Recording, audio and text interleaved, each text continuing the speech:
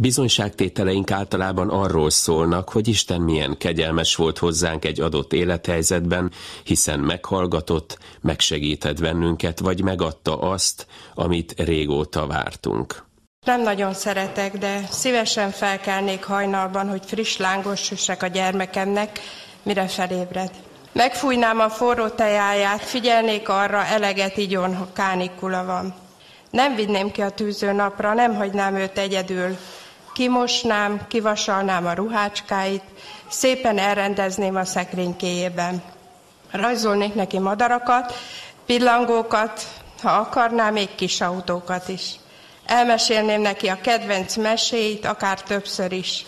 Szelíd szóval nevelgetném. Mindig megfognám a kezét, ha át kell menni az úton, és még azt is megengedném, hogy belelépjen a pocsolyába.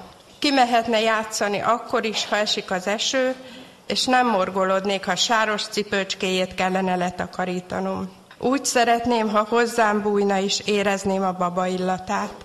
Biztos szeretném akkor is, mikor lázrózsával a pici arcán egész éjszaka mellette kellene ülnöm. Odaadnám érte mindenem. Nekem semmi nem kellene. De nekem ez nem adatott meg. Én vagyok az, akinek nincs gyermeke. Én vagyok, aki nem érezte, felnő a szíve alatt egy élet. Nem hajoltak a pocakon fölé büszke aggódással. Nekem nem engedte meg Isten ezt. Megtanultam alázatosan elfogadni ezt a terhet. Mióta megértettem, nekem ott kell maradnom, ahova Isten odaállított, és úgy, ahogy akarja, ott kell őrt állnom. Figyelem az anyákat, és mélységesen tisztelem őket. Szeretem nézni, ahogy féltőn a karjaikba veszik gyermekeiket, de szép, amikor hozzájuk lehet bújni, akár 50 évesen is. Vér a vérből, eltéphetetlen kapocs. Az én édesanyám már meghalt. Legnagyobb betegségében is én voltam rászorulva az ő szeretetére. Nekem nem adatott meg a terhesség, a szülés csodája, nem kaptam meg a kegyet, csak úgy élet növekedjék bennem. Szerettem volna anya, anyuka, mama lenni. De Isten más szánt nekem. Ott kell őrt állnom, ahol vagyok. Ott kell Jézust hirdetnem, ahol vagyok. Imádkoznom kell az emberekért, az ő szívükért. Imádkoznom kell a gyermekekért, akik megszülettek egészségesen, és azokért is, akiknél a kristálytükör meghasadt, fogyatékosok. Imádkoznom kell a nőkért, akik nem is tudják, micsoda hatalmas dolgot kaptak ajándékba az Úrtól.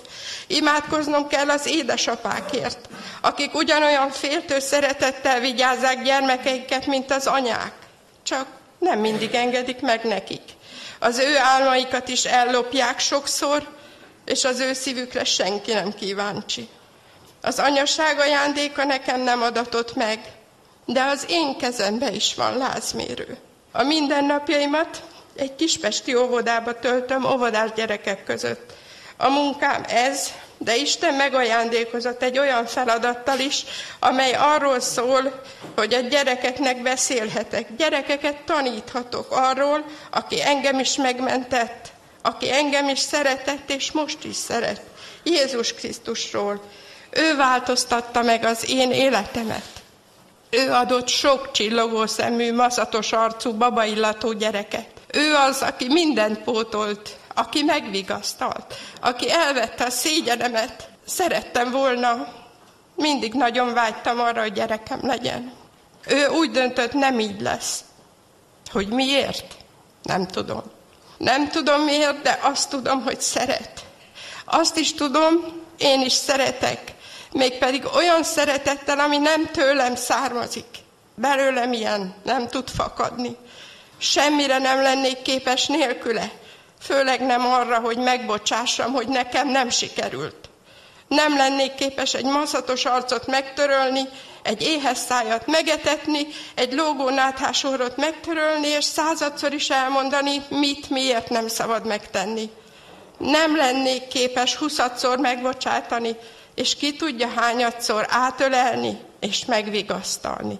Ez az a szeretet, amely nem irigykedik. Mindent remél, mindent eltűr.